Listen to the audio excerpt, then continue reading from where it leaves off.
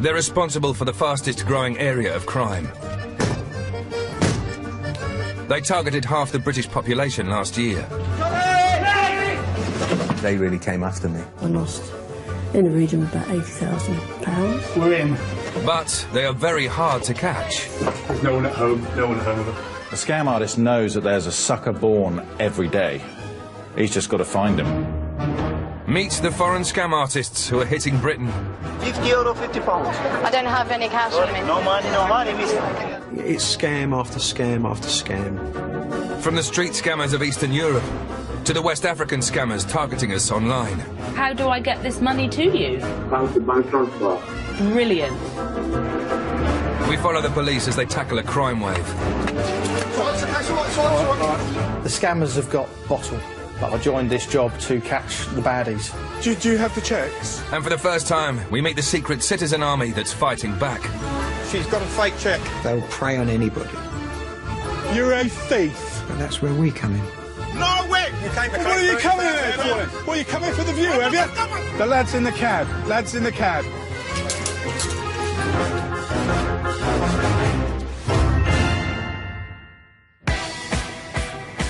These are the Albanian people.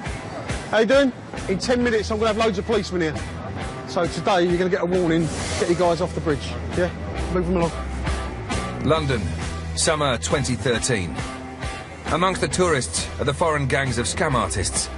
In just 12 months, they helped contribute to a 21% rise in the number of fraud offences reported in the UK. Yeah. Police, go away. Sergeant Birmingham is tasked with catching them. All these people have paid good money to be here, haven't they? And they want a sort of really good trip here and really peaceful. We're not a third world country, it's the greatest country in the world, isn't it? The capital has fallen victim to an influx of Eastern European scam artists, carrying out one of the oldest known frauds. It may date back thousands of years, but today it's plaguing the streets of London. Only the bull, show me the bull. Left, right, €50, £50. I don't have any cash on me. No money, mister. They make it look easy, but there's more going on than meets the eye. They are incredibly switched on. They work as a team. The man running the mat, he's the expert. He's the guy that makes the gang the money. Behind him, he's got minders and he's got someone which will hold his money. If it's looking quiet and they're trying to entice someone in there, one of that gang will then come round and he will pose as a person playing the game. He will then be allowed to win. So he's then standing there with this big wad of money. The tourist comes up and thinks, if he's winning, I'm going to win. This is what happens when a real punter joins the game. Keep your eye on the ball. Easy. It's the middle one, right? Wrong. Now, watch again. The ball is clearly seen under the middle box. A subtle nudge here, and the ball is palmed into the scammer's right hand, allowing him to slip it under this box. Bang, before they know it, we've had $400, $500, $600 taken off an American on the bridge. Darren Birmingham is planning to hit the gangs hard with a police raid, just as they introduce a new, more devious scam to the streets. It's called the bogus cop. Your bogus policemen, they are the next step up. They are nasty, sinister, spiteful people. This CCTV footage captures the scam in action. A pair of foreign tourists are approached by this man, the Stooge. The Stooge subtly signals to his colleagues that he's found some victims. Enter two fake plainclothes cops. They convince the couple to hand over their IDs for inspection and, crucially, their bank cards as well. While one bogus cop distracts them, the other pockets a credit card. They then apologise for wasting the couple's time and beat a hasty retreat. Your bogus police officer, there's no morals or there's no integrity in what they do at all. A glimpse of the warrant card and it's like, oh gosh, rabbit in the headlights. Why are they allowed on the streets of London? I don't know. Why are they allowed in our country? I really don't know. This time the couple do spot what has just happened. Thanks to the CCTV evidence, the three-man gang from Romania was arrested and each scammer received a 16-month prison sentence. As you're well aware, we currently have a large increase in activity involving Romanian and Eastern European gangs in the Westminster Bridge, stretching right across London into the West End. For Darren, enough is enough. Today he's planning a major operation to try and clear the bridge of its scam artists once and for all. Our intention, we're going to deter, identify, prosecute and apprehend offenders. Let's show that the Metropolitan Police has some teeth. 2 o'clock, bang on the plot. Let's be right up for it, OK? But catching the scammers is easier said than done. They have travelled throughout Europe and they make their money by deception. They are good, unscrupulous criminals.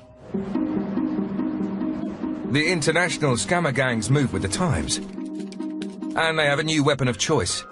One that has defrauded over 250,000 Brits in the past 12 months.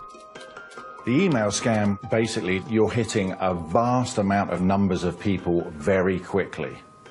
You can then figure out your 5 to 10 victims. Email scams take many forms. From the extraordinary financial rewards offered in return for a small upfront fee, to the dating scams where an online Romeo targets your cash. Mary was one victim. All in all, over 10 months I lost in the region of about £80,000. Mary met Richie, who claimed to be a businessman in Ghana, and she fell in love. We felt happy, contented with each other's company online. We just sort of clicked and everything fell into place. Then he started asking for some money. The hooks that dragged me in were, in fact, I just believed that it was all true. She paid £80,000 in 4 instalments. But Richie vanished almost as quickly as he appeared. When it was all over, I realised what had happened. I was just left feeling totally embarrassed. I just didn't want to tell anybody, I didn't want to speak to anybody. I just wanted to crawl into a hole and die. The British police are almost powerless to prevent the email scammers, as a large proportion of them emanate from Africa. For them, the risk is very minimal, because in their eyes, they just think either it's one of those crimes that won't be looked into, or they can just simply shut up the laptop and walk away with whatever amounts of money they've made to date. But a determined group of citizens is fighting back. As soon as you confirm that you have the money, you just call me. OK, sir. Well, listen, I'm going to call you on Wednesday the 15th because the money will be in my account on that day. Ray is a former civil servant turned scam baiter. Scam baiting involves taking on internet scammers. These are the individuals that send you email after email telling you that a relative you didn't know you had in Nigeria has died and left you millions. It's a lie. It's a con. I will have the money on Wednesday the 15th because this is a very important business deal. Some victims have been the most intelligent people in our society. Judges, lawyers, barristers, solicitors, accountants. Ray is part of a secret community trying to help the police by disrupting the plans of the scammers and gathering incriminating evidence that could lead to a prosecution. As scam baiters, we can't prosecute them, but we do help to have them brought before the courts. Mr. Lee, it's Mr. Pricky. How are you, sir? Ray has spent months posing as a potential victim of an email fraud, talking directly to a group of scammers in West Africa. I want to thank you for your email. It was very kind of you to think of me. The man on the phone thinks Ray is called Pricky Sterling. I told you, Pricky, you know, I'm a very straightforward individual. Yes, sir, I've got you. Thank you very much for clarifying. Ray has been offered 10 kilos of gold, worth £5 million, for a remarkably modest upfront investment of £30,000. So, we are set to move. We're only waiting for the time. I was bullied when I was a young boy, and I had years of looking over my shoulder. And internet scammers are bullies. They're aggressive, they're thieves, and they prey on innocent people. Ray's told them that he has the £30,000, but he's only going to hand it over if they come to Cornwall to meet him. This is absolutely stunning. Look at that. Ray's plan is to disrupt the scammers' operations by wasting their time and money. They never want anyone to travel. It's hassle, it's logistics, and they know that if it doesn't work out, they've lost a lot of money and time. If the scammers take the bait, they'll have to spend valuable resources travelling thousands of miles to this abandoned chapel in Cornwall. What a lovely day for it. Hands up. Coming up, the police hit the street scammers. Where are you from? Romania. Godfrey says he's outside the station. And in Cornwall, an online scam comes to a head. The lad's in the cab. Lad's in the cab.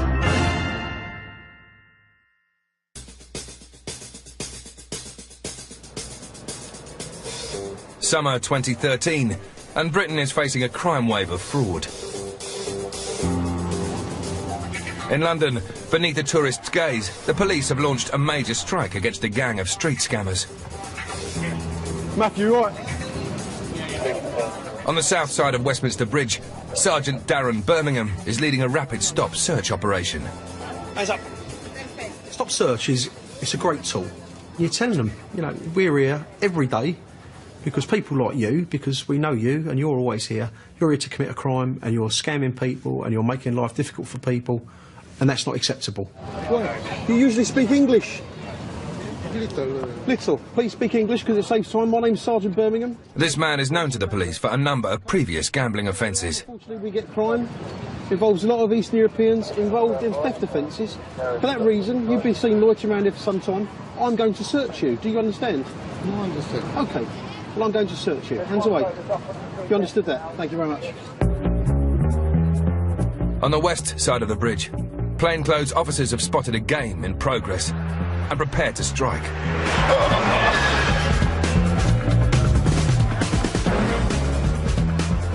I've seen these guys playing Chase the Lady on the bridge. I've seen the mat and the matchboxes and a sponge ball. This guy is in control of the game, as we call it. He's the main operator. And the gentleman with the cap we've stopped there is one of the goaders that sort of entice members of the public to play by handing over money and winning the game. And when the real tourists play, they always lose because they hide the ball. Well, finish your cigarette before you get in the van, yeah? No crime. But you don't smoke? No, no smoking. Thank you. It's no good for you. You'll never be able to run away from me. They're not only criminals in our system, they're also really well known in their own country. They come here because the heat's on them wherever they are. They're probably known in Barcelona, they're known in Nice, Paris, wherever that gang is operating, they do get arrested. We do not accept crime in this area. We do not accept crime one little bit. So you're going to be going home, do you understand me? Yes, that's correct, yes. The bridge has been cleared. Around a dozen known criminals were moved on, and the operation led to 2 arrests. There won't be any crime here this afternoon. Then we do what policemen should be doing, harassing criminals. That's what it's about. I think I'm going to put it there. They will see it, and they'll go through this kissing gate and avoid this place. In Cornwall, former civil servant Ray is hoping to disrupt the activities of his own gang of scammers by tying up their money and resources. This is a gold scammer. He's bringing a small 5-gram sample of gold for me to assay. He's agreed to do a deal with a group of scam artists. They're offering him £5 million of gold for an upfront fee of £30,000. Ray's only condition: they have to meet him at this remote chapel in Cornwall. If Ray's plan works, the scammers based in Ghana will have to pay for an associate to travel all the way from London to Rame Head to meet him. Oh, Godfrey, how are you? I'm good. I'm Paddington now. I'll be at the place at 5:21. 5:21. It seems that the scammers have taken the bait and are sending a man called Godfrey to pick up the cash. What are you wearing, Godfrey? Yeah, the blazer. Grey blazer. The operation is on. At Plymouth Station, a fellow scam baiter is waiting as lookout. I'm not normally the excitable type, but I would say the tension's mounting with this, and I am looking forward to it. Chris, a former publican, helps the police identify scam artists by tracking down their personal details online. What motivates me is the fact that everyone uses the internet. My mum uses it, she's 65, and she uses it. All my family, friends, I don't want to see them get scammed.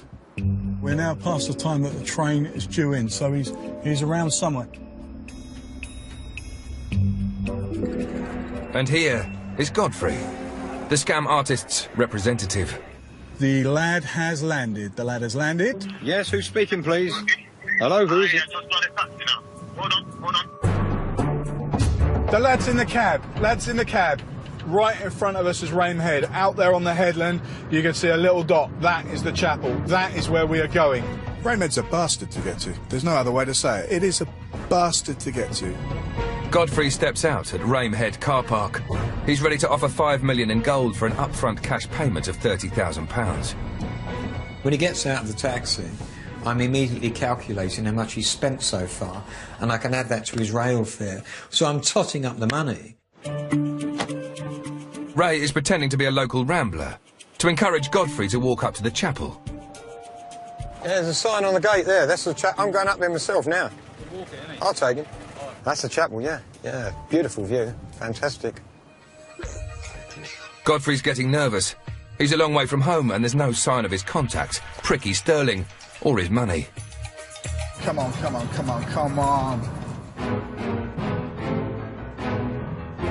Godfrey notices our camera. When it follows him, he realises he's being watched. Ray and Chris close in. Just coming up to the car park. And prepare to confront the man calling himself Godfrey face to face. You're a scammer. No. Yes, you are. You're a guy man. Godfrey, we know all about you. Guy man means scam artist in scammer slang. You're a guy man. I'm not a guy man. You're a guy man. You're an advance fee fraud. I'm not a guy man. You are. You're a guy man. Very good. I'm not a guy man. Why did you come here today? I'm not a guy man. Why have you come here? Why have I come here? Yeah. I'm here to see Pricky. Yeah, that's me. I'm Pricky. So what do you want to see me for? I'm here. It seems Godfrey's forgotten why he's here. I don't get you, man. You do? No. You're a 419 artist. I'm not 419, man. You are 419. 419 is an article in Nigerian law for fraud offences. Sorry, I'm not 419. You are 419. No. You're a guy man. No, wait. I would say I lost my temper a little bit more than I should have done. You're a 419 You're scammer. a dirty fucking thief. Myself? Yes. I got into that alpha mode that I did, but I did lose my temper with him. How can you prove that? How can I prove it? We got the emails. Well, you come in for the view, have you? Have you come in for the view, have you? Why? Where are you going? Scammer.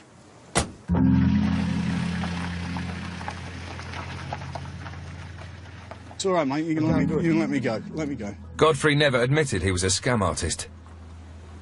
Despite repeated attempts to contact him, he never did explain why he went to Rame Head, or why he was offering £5 million worth of gold for £30,000 in cash.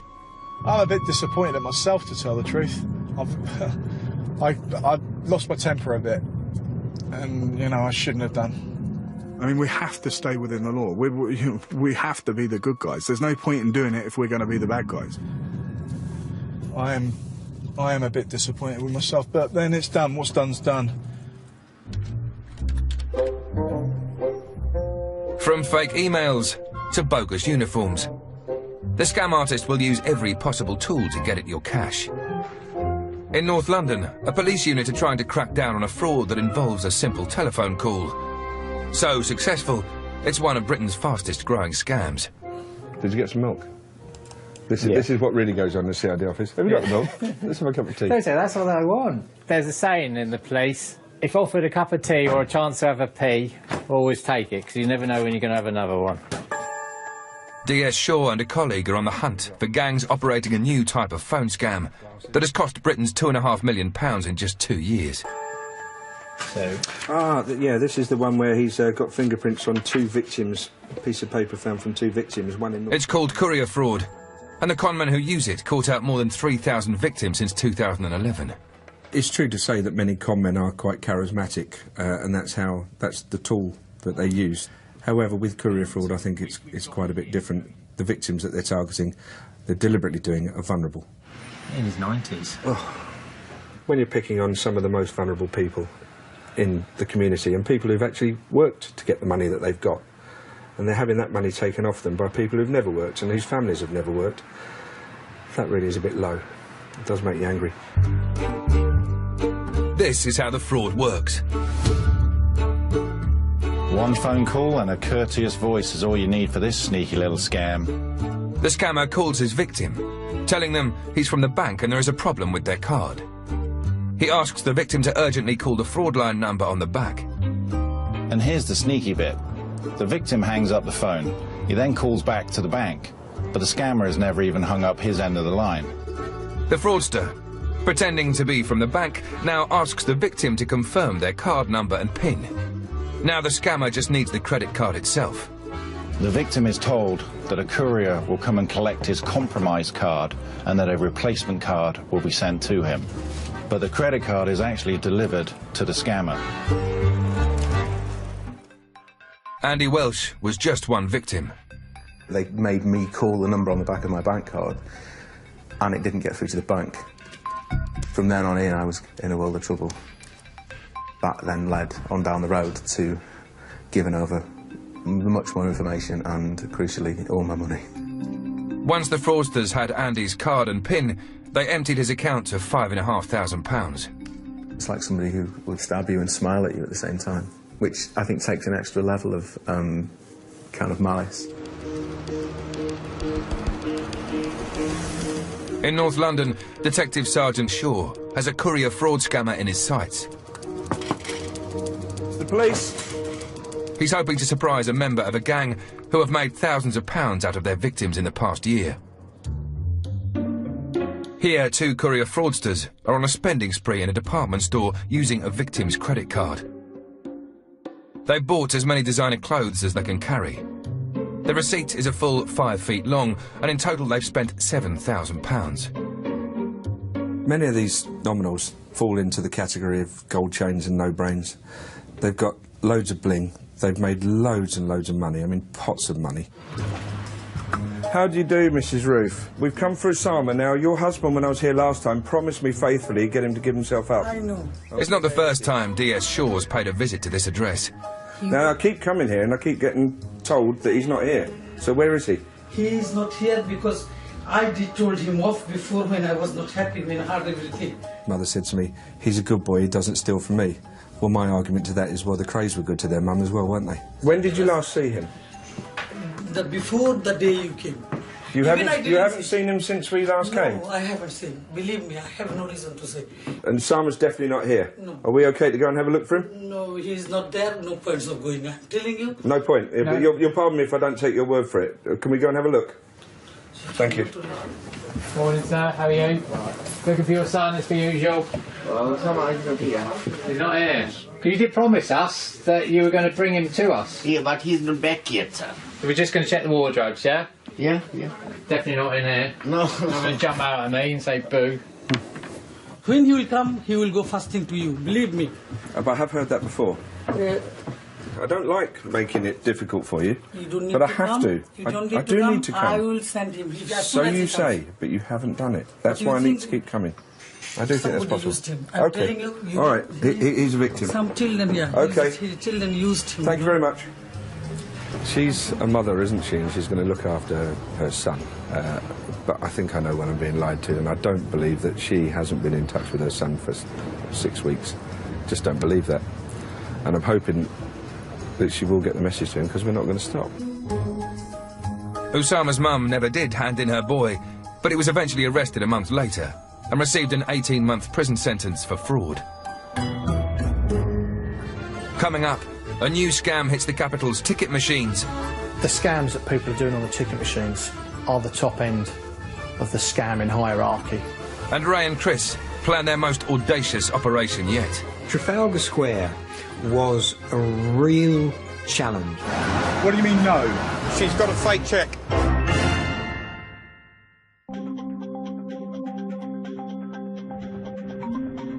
Across Britain, an estimated £3.5 billion is lost to fraud every year, and the scams come in all shapes and sizes. I'll let you know how we get on. All right. In North London, the police are dealing with an outbreak of courier fraud. We're going up to West End Lane area, where we think, or we're hoping, a man by the name of maybe, to arrest him for a courier fraud. DS Shaw is on his way to the address of a man who has £7,500 in his bank account. linked to the victim of a courier fraud. Some of these people are incredibly arrogant. They'll sometimes phone up after having taken the money, crow about it, boast about it, ridicule the victim, or abuse them verbally. This time, someone's in. You're going to be getting arrested today on conspiracy to commit fraud. Do you understand what the officer said to you? You don't understand. Is that because you don't understand English or you don't know what you're saying? English. You don't speak English? No. Is that right? You were dealt with before by my colleague. I thought he said you spoke English then. No. Well, you understood what I just said? No English, sir. Is that your wife? Yeah. Yeah. Does she speak English? Yeah. Well, you understood all that? No, it's little bit, sir. No, Oh, yeah. Okay. It's getting better all the time. A rapid search of the flat produces some bank statements. It's a lot of money going into your bank account. 7,982. Where's that money coming from? It's benefit money. Benefit money? What? £8,000 benefit money? In fact, the man received the money from a relative, who was later convicted of courier fraud. The man always maintained that funds were paid into his account without his knowledge. The police recovered the remaining money, and he was not tried for any offence. You need to move on to the next one. There's still 5 a day. There's still people doing it.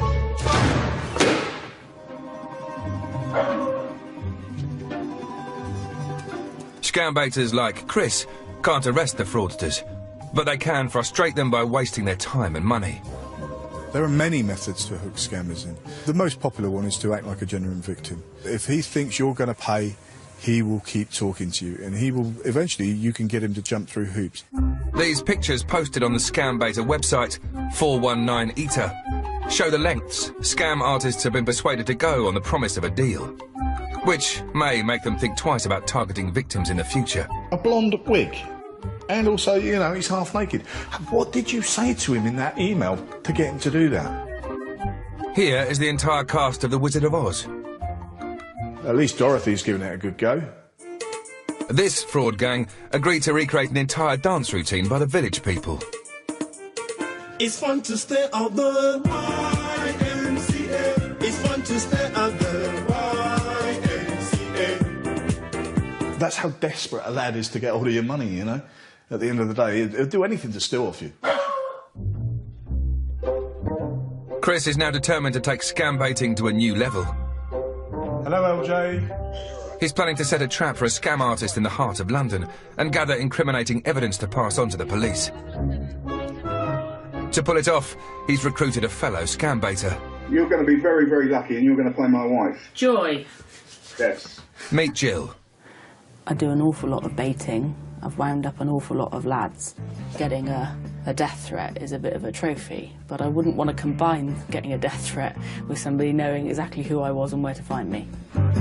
Jill may be nervous, but she agrees to join Chris on the operation. Knocking a lad's confidence is one of the key things that we do as baiters. It means that they're less confident in their next victim. It means they're not as good a scammer for their next victim. And that's what we want. We want them to be rubbish scammers, so that they're not trusted, so that people don't send them money. For the UK, London is the front line of the unseen war between the scammers and those trying to stop them. At an East London tube station, Mark Pink and Graham Hempstead of the British Transport Police are on lookout. Oh well, got me out of bed. Waiting for someone, there's nothing, you can't beat it. There's a buzz inside of you that think as soon as he turns up, he's ours. Get up at 4:15. I was up at 4:15 this morning. They're searching for a Romanian fraudster who's using a new type of scan at the capital's ticket machines. The scams that people are doing on the ticket machines are the top end of the scamming hierarchy. It's a device that copies bank cards when they're used to buy tickets. This scammer has affected hundreds and hundreds of people. He has taken their credit card details without their knowledge and obviously without their permission. This is the man they're after, caught on CCTV at another station, wearing a hoodie to obscure his face. This guy was pretty switched on. At times he'd come into the station always with his hood up, even in the height of summer. He has a card reader device already in his hand. After checking he's not being watched, he slips it directly over the original. He then takes a small camera device and fixes it above the keyboard, ready to record PIN numbers. The machine is now live to gather card details. 13 hours later and the scam artist is back, now in a different outfit. The reader has now amassed dozens of card details, and he removes it with a simple tug. To avoid suspicion, he leaves it to this man, an accomplice, to remove the camera device using a specially adapted screwdriver. And this is how easily it's done. First the camera, then the skimmer, all in just 30 seconds. It can stay on for up to 12 hours sometimes. So 12 hours of data at a busy station, you can imagine the amount of people that are going to use that ticket machine. Mark and Graham have had a tip-off that the scammer's girlfriend has been using this station. They hope she will lead them to him. We went and had a look at the CCTV. Are you? But there's a hitch. There we go, look, that's exactly her. She's already passed through the barriers without being spotted. We know it's her. Oh, what these things happen? Breakfast and office. Office then breakfast. Yeah, she came in at 7:40. And we don't know where she's tapped out yet. For this elusive scammer, the hunt continues. You want to just stamp your feet and throw your toys out the pram and kick the cat, but we know there'll be another day. Every dog has his day, and we were going to arrest this person sooner or later. It's 9 AM in Trafalgar Square, and the climax of months of careful scam baiting. Posing as gullible victims are Ray, Jill and Chris. A group of scammers have offered them £500,000 reward for a small upfront investment. Chris has asked them to bring signed cheques for the full amount. Trafalgar Square was a real challenge, something I don't think has ever been done in the world of scam baiting. The baiters are hoping to catch the scammers with incriminating evidence in the form of fake cheques for the huge sum of money they're promising. But it's not going to plan. Well, are you going to be here at 1:15 with the cheques or not? The scammers aren't yet taking the bait. So, can you make it for 2:30? What do you mean, no? Nobody's showed yet. There have been lots of cry-offs, lots of excuses and some delays. But they are notoriously unreliable. The baiters have been waiting for 6 hours. Finally, an associate of the scammers is on the line and says she's nearby. We're meeting in Trafalgar Square so we can pay you some money and you'll give us 2 cheques in return. Yeah, the problem is traffic. We've just spoken with one, and it's a woman, which is unusual. This is the woman Chris spoke to on the phone, who confirmed she had 2 cheques for him. She seems wary, and the scam baiters can't be sure she has the incriminating cheques. Coming up... Are you Mrs. Milton? I'm Lynette. Lovely... The bait is taken. I got the signal. And across London... I can even see the pinhole camera. Mark Pink finally tracks down his man. You get an adrenaline rush. You start rounding the troops up. If he walked past, we just nab him.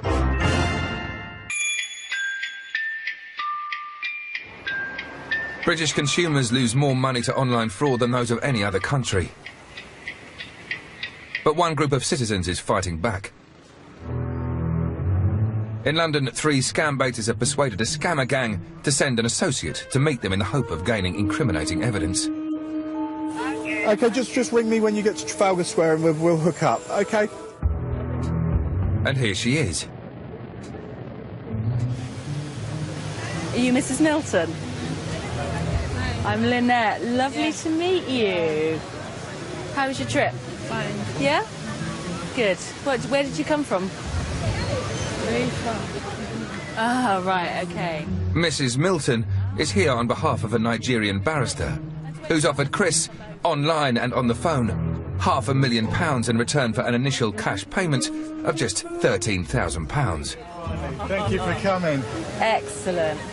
Right, we should do some business then, really, shouldn't we? We should, yeah. We're really, really excited by this, yeah? Really excited. I was waiting for a pre-arranged signal. As soon as Chris and Jill had seen the fake cheque or cheques, Jill would take her handbag off her right shoulder and lower it down to the ground. Do you have the checks? Yeah. Yeah? OK, excellent. I've got the signal. Ray wants her arrested. She's got a fake check. He rushes off to find a police officer, while Chris plays for time. So you come from where, sorry? I'm originally from France. You're originally from France? Je parle un peu de le français. Oui. What we do is we're volunteers, and what we do is we tie up internet scammers. Chris is keeping the lead scammer on the line while he waits for the police. I'm such a fool. We're a couple of pounds short, but I've just sent my secretary to the ATM machine, so she'll go and get that, and we'll sort that out. But Mrs. Milton is off. Very soon. She saw me and two policemen coming across the square, and she went into the adjacent public toilets. Officers, the lady's come down basically running a scam against us, and she's carrying 2 forged checks. Now she's gone in the toilet, the chances are she may be flushing them. A few minutes later, and it's a very different Mrs. Milton who emerges without wig or leather coat. She slips by unnoticed. Almost.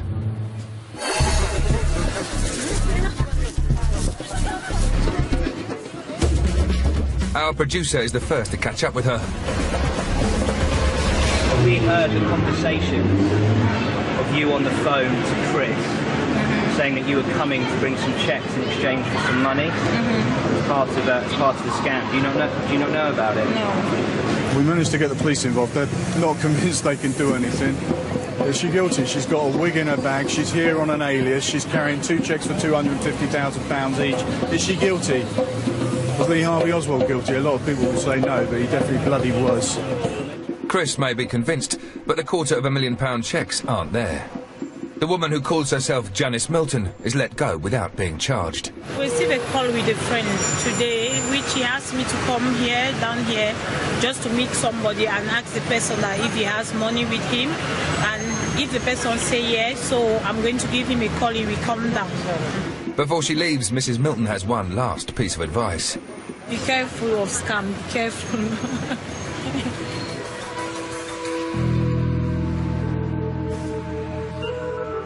At Epping Station, the Romanian ticket machine scammer is plying his trade once more. You can see where the skimmer bit is. The camera's here, so it usually drop to there, it's dropping to here. And you can see the pinhole camera, but that won't pick it up there. We were learning that he might have gone back to Romania, and then suddenly he appears again. So we think, right, the hunt's back on. They always do them on these smaller machines because there's no angle to put a camera device here. We know that device is on. He is going to come back for it. This could be the moment to nab his man, and Mark Pink calls for backup. You get an adrenaline rush. You start rounding the troops up. Like, let's get out to Epping. 2 outside the station. If he walks past and he clocks us, we'll just nab him. We are now playing the waiting game. If he was caught, he would run. Simple as. 20 yards is mine. 21 yards is someone else's.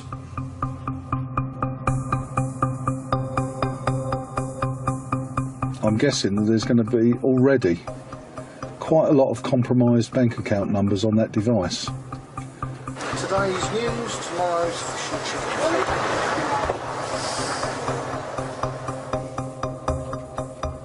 After a 3-hour wait, the suspect finally appears.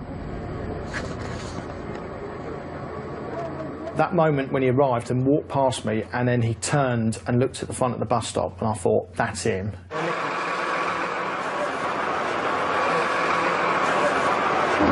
Police officer? Yeah? Police officer? Yeah? Thanks for pressing rifles and use of force. Put your hands on me. Hands behind back. Hands behind back.